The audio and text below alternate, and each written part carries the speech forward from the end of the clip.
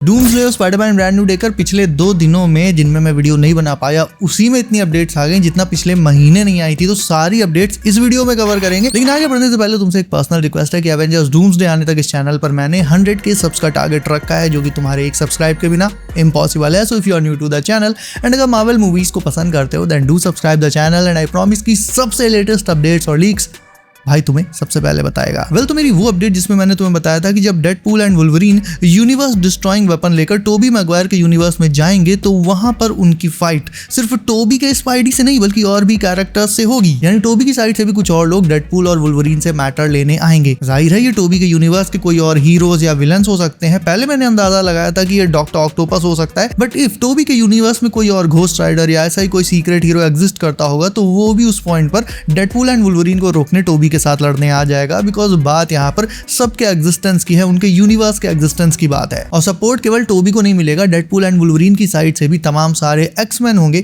जो उनकी हेल्प करने आएंगे। और एंड में डेडपूल वो डिवाइस डेटोनेट करके वहां से निकल लेगा, टोबी का यूनिवर्स डिस्ट्रॉय होगा एंड वुल्वरीन और टोबी को लोकी या फिर वॉचर में से कोई एक बचा लेगा। नाउ एवेंजर्स डूम्सडे का जो चेयर टीजर आया था उसमें जितने हीरोज को रिवील किया गया था उसके अलावा 8-9 लोगों ने एक्स्ट्रा लोगों ने एवेंजर्स डूम्सडे के सीन्स शूट कर चुके हैं। और ये वो अनअनाउंस्ड हीरोज हैं जो अचानक से डूम्सडे में आकर तुम्हें सरप्राइज कर देंगे। एग्जांपल के तौर पर तुम्हें बताता हूं, लाइक एंड्रू गारफील्ड का स्पाइडी या फिर निकोलस केज का घोस्ट राइडर।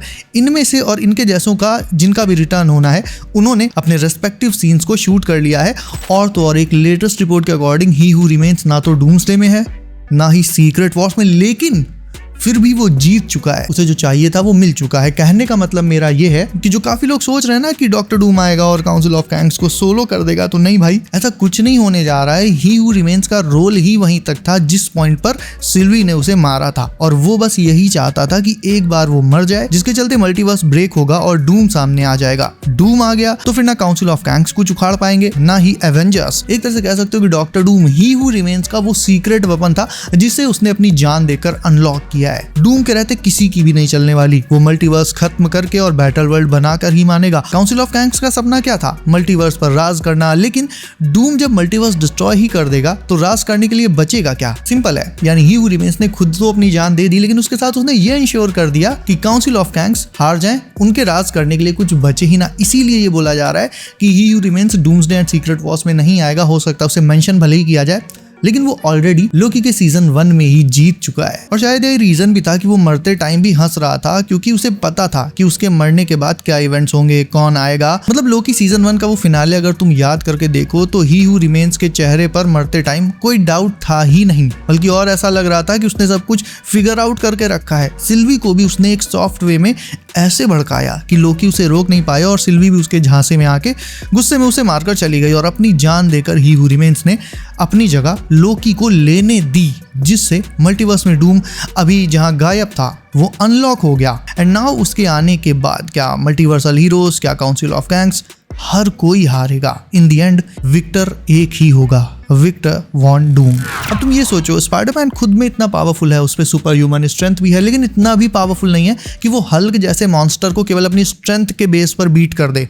ऐसा कभी कॉमिक्स में भी नहीं हुआ है। कॉमिक्स में भी हल्क से लड़ने के लिए पीटर को अपनी स्ट्रेंथ के साथ साथ अपना दिमाग लगाना पड़ा है। और एमसीयू में भी अब जब पहली बार हल्क और स्पाइडी सामने आने जा रहे हैं तो तुम्हें क्या लगता है बिना दिमाग लगाए पीटर उसको रोक लेगा? नॉर्मल उसका हथियार क्या है? वेब्स को तो हल्क धागे की तरह तोड़ देगा। लेकिन ब्रांड न्यू डे में पीटर के पास एक नया सीक्रेट वेपन होगा स्पेशली हल्क को रोकने के लिए।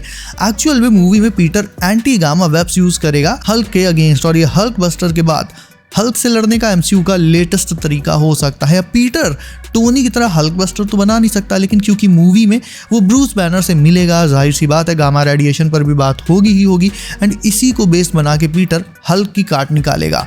वो अब अपने वेब्स को इस तरह से मॉडिफाई करने वाला है कि उसके वेब्स समहाउ एंटी गामा बन जाएंगे और ये सीधे सीधे हल्क का क्रिप्टोनाइट बन जाएगा। ये एंटी गामा वेब्स ग्रीन हो सकते हैं एंड इनमें हल्क को रोकने तक की स्ट्रेंथ हो सकती है। और पता है तुम्हें, ब्रांड न्यू डे की स्क्रीनिंग एक बार दोबारा दोबारा से हुई है, मतलब पहले की स्क्रीनिंग हो चुकी है, अब इसकी स्क्रीनिंग फिर से हुई है। ये तो नहीं बताया गया कि इस नई वाली स्क्रीनिंग में, दूसरी वाली में कुछ नए सीन्स यूज किए गए हैं या कुछ चेंज वगैरह किया गया है, लेकिन सोचो इस स्क्रीनिंग का रिएक्शन क्या रहा होगा। बहुत जाहिर सी बात है, लोग इसे बेस्ट स्पाइडरमैन मूवी येट बोल रहे हैं और कहा जा रहा है कि मूवी की गोट है सैडी सिंह। सैडी सिंह का कैरेक्टर भाई मूवी में सबको इंप्रेस कर रहा है। इसके अलावा ये भी सुनने में आया कि कुछ लोगों को इसकी एंडिंग कुछ ठीक नहीं लगी। वो मे भी इसलिए हो सकता है क्योंकि इस बार सारे के सारे लोग ये सोच रहे थे कि स्पाइडरमैन ब्रांड न्यू डे की जो स्टोरी है वो ग्राउंडेड होगी, स्ट्रीट लेवल की होगी, लेकिन इसकी जो एंडिंग है उसमें थोड़ा बहुत मल्टीवर्सल स्टफ डाल दिया गया। लेकिन भाई डालना भी जरूरी था क्योंकि उसे डूम्सडे से भी तो कनेक्ट करना है। And by the way Tom Holland का स्पाइडरमैन और हल्क ये दोनों अब शायद डूम्सडे में नहीं आएंगे और उसका एक बहुत बड़ा रीजन सामने आ गया है। ब्रांड न्यू डे के इवेंट्स एवेंजर्स डूम्सडे के दौरान ही हो रहे हैं, यानी कहने का मतलब ये है कि डूम्सडे में जिस टाइम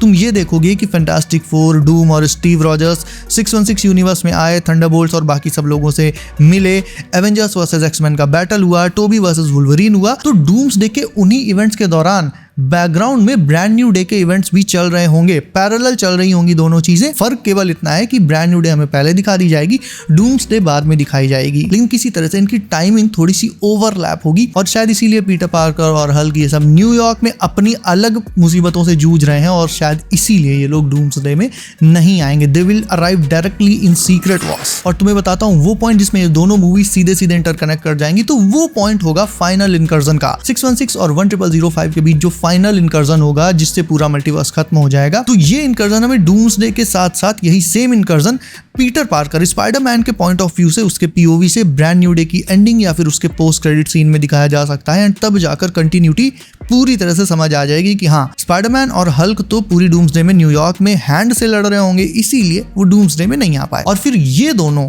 डूम्सडे की एंडिंग या फिर पोस्ट क्रेडिट सीन में या फिर हो सकता है सीधे सीधे सीक्रेट वॉर्स में आ जाए। और बोला भी जा रहा है कि ब्रैड पिट को एमसीयू में एक रोल के लिए मतलब ताड़ा जा रहा है, एंड जो कोई भी रोल होगा ये बहुत ज्यादा इंपॉर्टेंट होगा। वैसे तो डेडपूल 2 में उनका एक कैमियो ऑलरेडी हो चुका है, लेकिन अब इस बार जो रोल उन्हें दिया जाएगा हो सकता है वो थोड़ा सा लॉन्ग रन के लिए हो। अगर लॉन्ग रन के लिए नहीं होगा, केवल 1-2 मूवीज का होगा, तो मेरे हिसाब से ये बियॉन्डर का रोल हो सकता है या फिर लाइक कोई मल्टीवर्सल वेरिएंट जिसका कैमियो डूम्सडे या सीक्रेट वॉर्स में हो।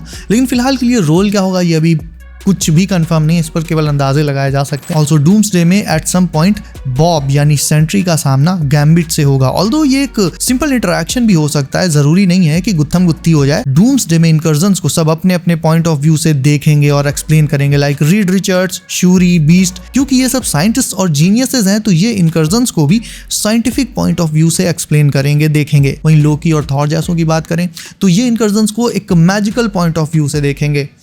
स्टीव रॉजर्स वो एक्सपीरियंस के पॉइंट ऑफ व्यू से देखेगा, लेकिन डॉक्टर डूम का पीओवी इन सब से अलग होगा।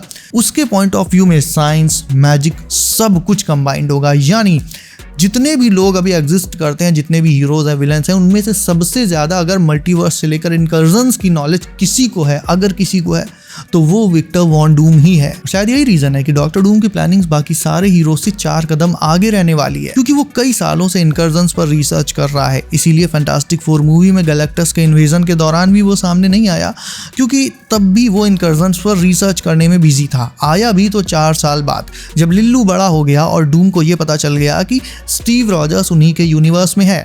ऑल्सो डूम का एक्सीडेंट भी गैलेक्टस के आने के दौरान ही हुआ होगा, ये मेरी पर्सनल थ्योरी है। इसीलिए वो चाह कर भी गैलेक्टस वाले बैटल में सामने नहीं आ पाया, वरना अगर वो चकाचक होता, स्वस्थ होता बिल्कुल, तो गैलेक्टस जब इन्वेजन करने आया था उस पॉइंट पर भले ही उसकी फैंटास्टिक फोर से लड़ाई होती या कुछ भी होता, बट वो आकर अपनी लड़ाई लड़ता अपने एग्जिस्टेंस को बचाने के लिए। लेकिन जब गैलेक्टस 828 पर आया तो उसी दौरान डूम मल्टीवर्स से रिलेटेड कोई एक्सपेरिमेंट कर रहा होगा, एक्सपेरिमेंट फेल हुआ होगा और एक एक्सप्लोजन हुआ होगा, धमाका हुआ होगा, जिसमें उसकी बॉडी और चेहरा खराब हो गए होंगे एंड वो उससे रिकवर कर रहा होगा। इसीलिए वो उस बैटल को चाह कर भी ज्वाइन नहीं कर पाया और इसीलिए वो गैलेक्टस के आने के भी 4 साल बाद बैक्स्टर बिल्डिंग में अचानक से आ गया, जब उसने अपने लिए एक सूट बना लिया, मास्क बना लिया और चलने फिरने लायक हो गया। मल्टीवर्स पर, इनकर्जन्स पर अपनी रिसर्च पूरी कर लिया एंड ये पता लगा लिया कि स्टीव रॉजर्स उन्हीं के यूनिवर्स में है। इसीलिए फिर वो बैक्स्टर बिल्डिंग में आया और वो कोई फ्रैंकलिन को किडनैप करने नहीं आया है। फ्रैंकलिन को वो जिस तरह से अपना मास्क हटाकर चेहरा दिखा रहा है, तो तुम देख सकते हो फ्रैंकलिन उसका चेहरा देख के भले ही थोड़ा सा तुम्हें सैड लग रहा हो, लेकिन डरा हुआ या अनकंफर्टेबल जरा सा भी नहीं लग रहा होगा, क्योंकि डूम उसका चच्चू है। चच्चू से कौन डरता है? तो विक्टर वहां पर फैंटास्टिक फोर से स्टीव रॉजर्स एंड इनकर्जन्स के बारे में बात करने आया है, ना कि फ्रैंकलिन को उठाने हैं। तो ये थी सारी की सारी वो अपडेट्स जो सबसे ज्यादा जरूरी थी बताना। और भी कुछ अपडेट्स बाकी हैं लेकिन उन्हें भी इसी वीडियो में मिला दूंगा तो फिर वीडियो बहुत लंबी हो जाएगी, तो उनको रखते हैं अगली वीडियो के लिए। टिल देन आज के लिए इतना ही। अगर वीडियो तुम्हें अच्छी लगी हो तो इसे लाइक करके चैनल कर लो सब, नोटिफिकेशन कॉल पर डालना कतई मत भूलना ताकि आने वाली latest MCU leaks and updates तुमसे कभी भी मिस ना हो। सो बी सेफ गाइस, अपना ख्याल रखिए आप। मेरा नाम है Himanshu and as always I will see you in next one.